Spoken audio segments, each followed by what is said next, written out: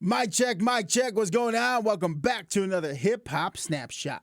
I'm your host, Ross Martinez, and today's snapshot isn't just about the history and production of a song.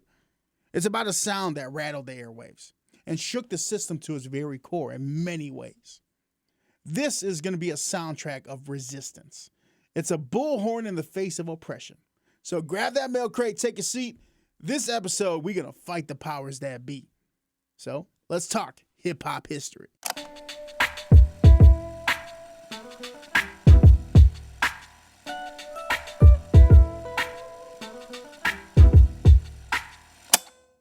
In the mid-1980s, hip-hop had swagger, style, and stories. But few groups had brought an organized political fury like Public Enemy. Formed in Long Island in 1985, Public Enemy was deliberate from the jump. They weren't just entertainers, they were activists, journalists, educators, armed with rhymes.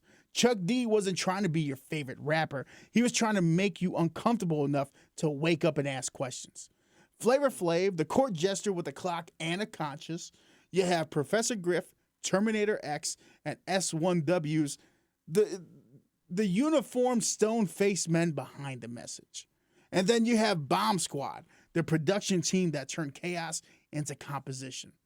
This wasn't rap for the radio, it was war music for the people. Fight the Power, their most iconic song, dropped in 1989. But the anger had been building for years. New York was still bruised from the Central Park 5 case. Cops were getting away with murder. Ronald Reagan's war on drugs was decimating black communities. Radio was playing it safe, and hip-hop, it was being branded as dangerous. So when Spike Lee asked Public Enemy to make a theme for his new film, Do the Right Thing, they didn't make a soundtrack song. They made a call to arms.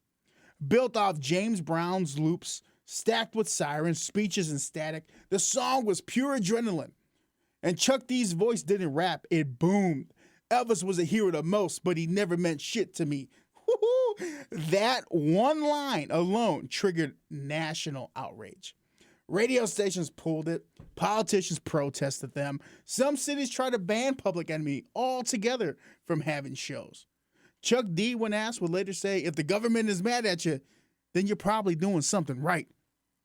It wasn't just media heat, though. In 1989, Professor Griff gave a controversial interview with the Washington Times that caused a massive internal crisis in the group.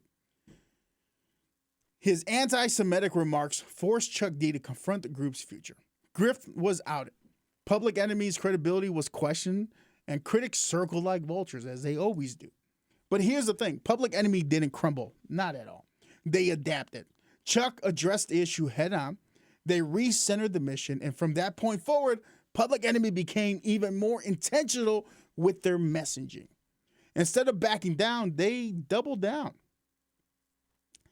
Despite, or maybe because of, the controversy, Fight the Power became the anthem of protest.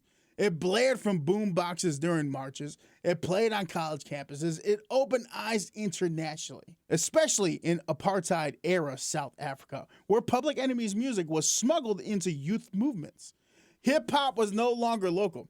Thanks to Public Enemy, it was global resistance music. From France's banlieues to Brazil's favelas, the message traveled across the world. And here locally in America, it inspired waves of conscious rap. From Dead Prez, Talib Kweli, Kendrick Lamar, even KRS-One, Ice Cube, and Nas would cite Public Enemy as an essential part of hip-hop history. Because they showed how you could wield hip-hop like a weapon, not for violence, but for truth. And here's what people forget. Public Enemy was inducted into the Rock and Roll Hall of Fame in 2013, one of the first hip-hop acts ever. Why? Because their impact went far beyond music. They challenged whitewash history. They demanded ownership in black art. They created soundtracks for the unheard. And today, Fight the Power still plays in protest.